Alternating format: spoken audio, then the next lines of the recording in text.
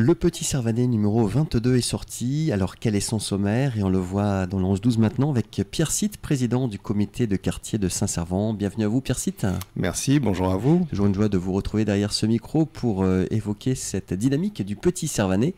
Alors tout d'abord un hommage à Josette Lenné. Rappelez qui était Josette Lenné, Pierre Sitte.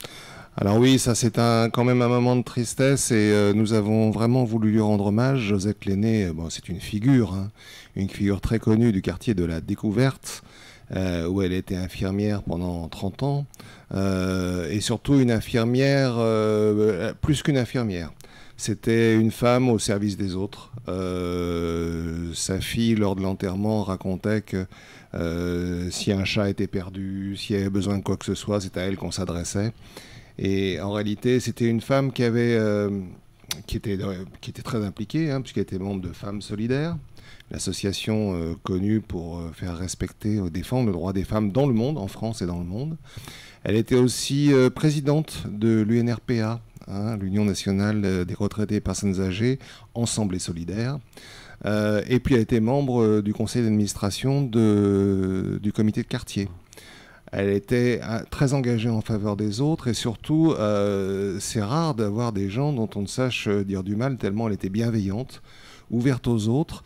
Alors elle avait, quand on était confronté à des problèmes relationnels avec certaines personnes qui ne sont pas toujours faciles à gérer dans la vie, mais ça on connaît tous ça, elle avait cette façon, quand on en discutait, elle disait « Oh, c'est comme ça ». Mais c'est comme ça, son « c'est comme ça » à elle n'était pas un renoncement.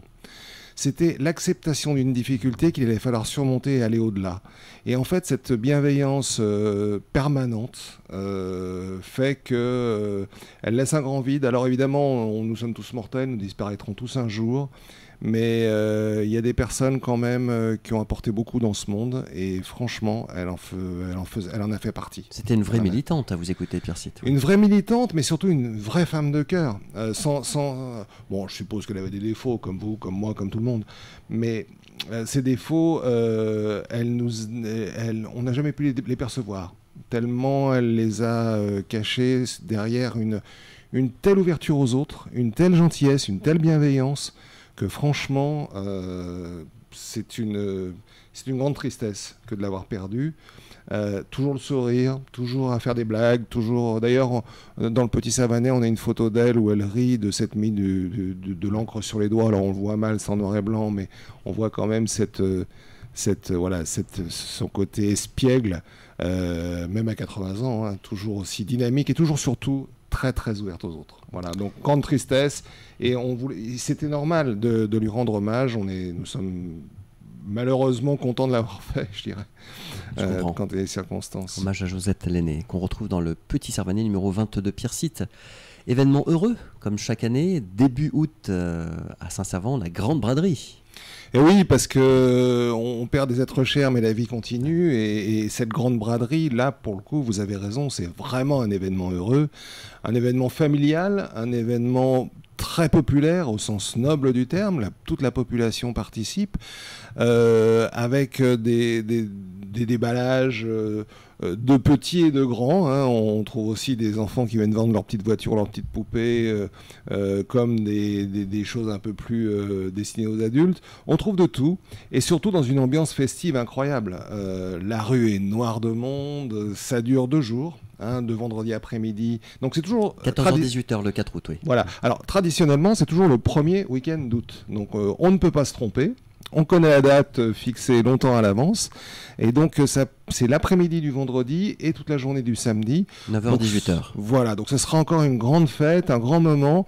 Nous aidons l'Union commerciale servanaise qui organise l'événement. Nous les aidons à prendre des inscriptions pour les personnes qui auraient des difficultés avec l'inscription en ligne, puisqu'on peut s'inscrire en ligne. Il faut être servanais ou pas forcément? Non, il faut être membre de cette grande famille qu'on appelle l'humanité. et venir avec la seule chose qu'on demande comme carte d'identité, c'est d'arriver avec le sourire. Donc non, c'est ouvert à tout le monde, bien évidemment. Et nous invitons les gens, où qu'ils habitent, à venir découvrir Saint-Servant, parce que c'est aussi l'occasion, peut-être. Il y a peut-être des gens qui ne connaissent pas, ou mal, ou assez peu Saint-Servant. Il y a toujours à découvrir, finalement, de Saint-Servant. Ah, toujours. Parce que j'y passe souvent, notamment à vélo, et en levant les yeux, que ce soit les façades des maisons, ou les façades des maisons, l'architecture un petit peu. Et puis on a des maisons un peu anciennes, quand même. Ouais, quand on pense, par exemple, à la Verderie, qui a appartenu à Danican, qui est un manoir du XVIIe siècle. On a beaucoup de riches. Oh, évidemment, Aletz, évidemment la Tour Solidor. Mais là, on est plutôt dans le quartier autour de la mairie. Mais il y a énormément de choses à voir à Saint-Servant. Et surtout, moi, on insiste toujours sur le fait qu'on a plus de 200 commerces très vivants. On va en parler sans doute tout à l'heure, avec la rubrique du côté de nos commerçants. Mais donc, cette grande fête, finalement, elle succède à la fête du mois précédent, qui était celle de la Saint-Servant, justement. Les fêtes se succèdent. Saint-Servant, c'est un quartier vivant. C'est un quartier, à la limite, c'est pas un quartier où l'on vit, c'est un quartier à vivre. Absolument. Voilà. Donc, alors, place de la Roulée, Pierre Cite, rue Villepépin, rue Clémenceau, avec, vous l'avez dit, les commerces, le patrimoine, les rues à redécouvrir. On rappelle, un vendredi 4 août, 14h-18h, samedi 5 août, 9h-18h. C'est la grande braderie de Saint-Servant. Alors, vous me devancez un petit peu.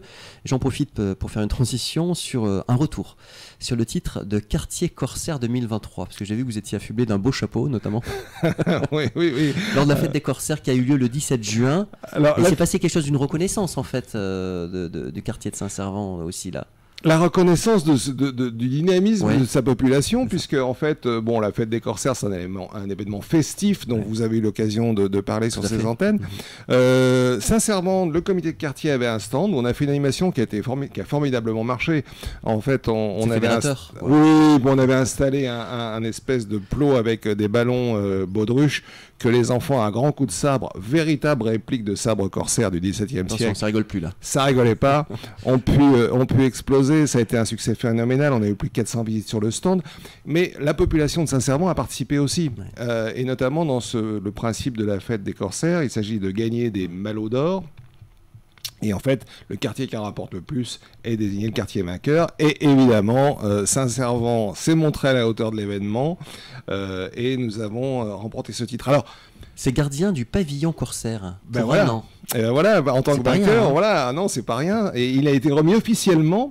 Alors, 15 jours plus tard, le premier week-end de juillet, cette fois-ci, où nous avions organisé la fête de Saint-Servant, puisque la fête de la Saint-Servant, c'est le 2 juillet. Et donc tous les premiers week-ends de juillet, nous fêtons la Saint-Servant. Les premiers week-ends d'août, nous avons vu que nous avions la braderie, et ainsi de suite. Il se passe toujours quelque chose. Et donc tous les personnages historiques, en grand équipage, sont venus remettre officiellement au comité de quartier le pavillon corsaire, qui nous a été remis en main propre par monsieur l'amiral Bouvet. Excusez du peu. Alors écoutez, quand même, sur la place Bouvet. Ça ne s'invente pas. En face de la statue de l'amiral Bouvet. Et pas très loin du comité de quartier de Saint-Servant. Et en face du comité de quartier de Saint-Servant. Donc on était vraiment dans une ambiance très très sympa. Nous avons à cette occasion évidemment refait le jeu pour les Servanais qui n'auraient pas pu se déplacer avec le sabre et les ballons baudruches avec le même succès. Nos militants, nos adhérents ont gonflé des ballons toute la journée, que les enfants sont empressés. Ils ont du souffle, les Servanais.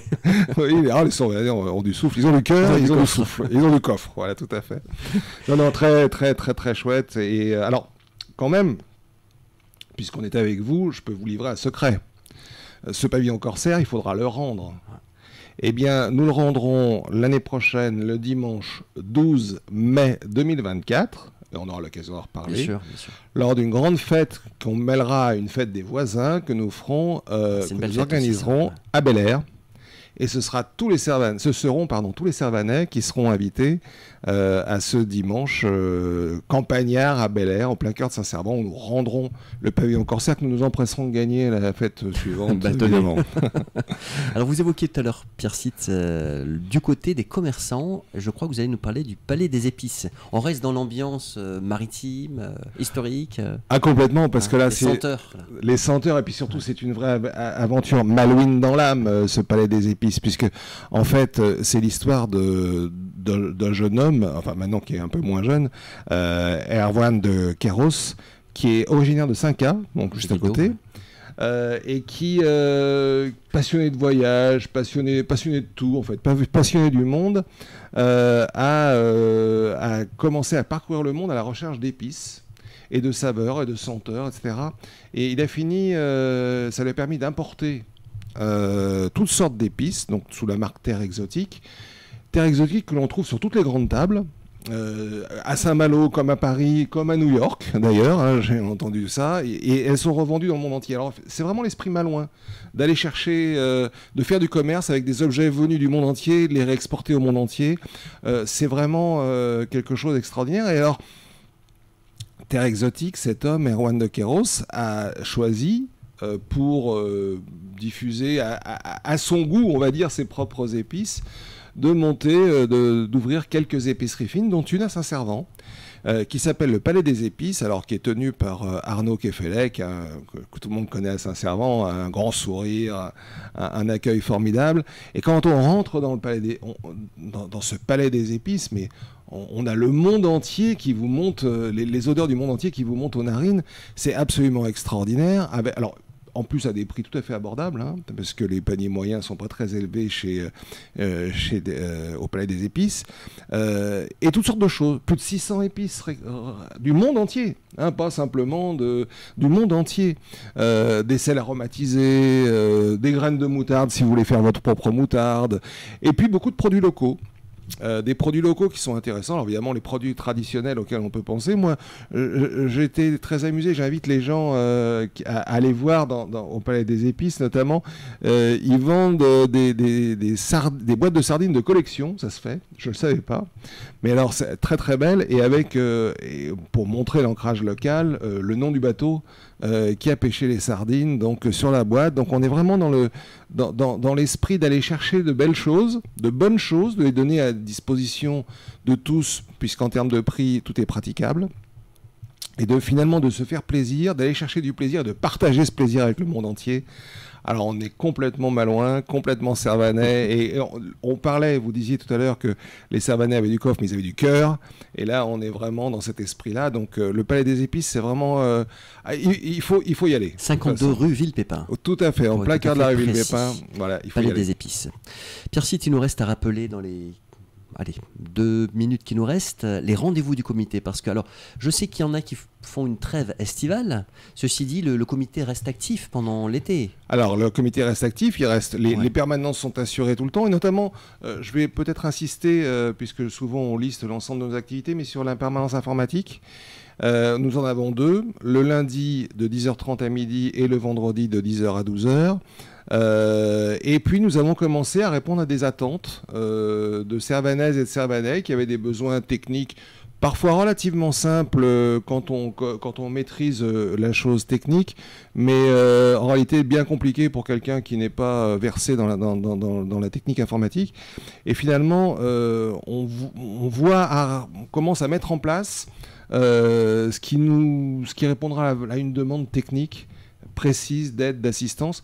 C'est très bien, on est très content de ça. Le comité a investi là-dedans, parce ça nous a coûté, l'investissement représente 1100 € de matériel, plus l'abonnement Internet. Mais on peut imprimer des CV, on peut imprimer des choses. Et c'est quelque chose que nous allons fortement développer à partir de la rentrée de septembre, mais qui va marcher tout l'été. Et puis évidemment, les activités plus traditionnelles que vous connaissez, par exemple, les 2 activités phares, le jeu d'échecs fonctionne tout le temps, les passionnés sont là. Et puis les passionnés de tricot, le samedi après-midi aussi, autour de Véronique Le Gouen et de Cathy Itac, qui vraiment animent ça avec une bonne humeur extraordinaire et très communicante. Voilà, donc le comité de quartier continue, puis d'autres activités aussi. Moi, j'invite vraiment tous les Servanaises et tous les Servanais, et puis même au-delà d'ailleurs, à venir nous rejoindre et à voir ce que nous faisons. Et l'adhésion n'est pas chère? Ah non, c'est pas cher, mais c'est vrai un peu pour tous les comités de quartier, hein. On est à 10 € par an, et ça donne accès à une multitude d'activités ou d'opportunités. Ça permet de rencontrer d'autres Servanaises et Servanais aussi. Hein. Oui, alors l'exemple caractéristique, c'est le fameux tricot, où leur devise, c'est ça tricote et ça papote. Non, mais pour dire que c'est un lieu de rencontre. Oui. Voilà, c'est ça qui est intéressant. Une dynamique. C'est ça qui est intéressant. Pierre Cite, le Petit Servanet numéro 22, où le trouve-t-on? Je crois qu'il y a une version papier, une version numérique. Alors on le trouve chez tous les commerçants de Ouais, Saint-Servant, chez qui il est distribué, donc en version papier. On les trouve en version numérique sur simple demande, en envoyant son adresse mail. Les gens le reçoivent, qui ont donné leur adresse mail reçoivent le 15 du mois. Et puis sur le site internet saint-servant.com, où on a la version numérique également en téléchargement. Merci beaucoup Pierre Cite, président de ce dynamique comité de quartier de Saint-Servant-Bel-Air, pour toutes ces précisions. Et on vous retrouvera bien entendu pour présenter le Petit Servanet numéro 23. L'été se poursuit bien animé à Saint-Servant. On a bien compris. Merci à vous. Bonne continuation à vous Pierre Cite.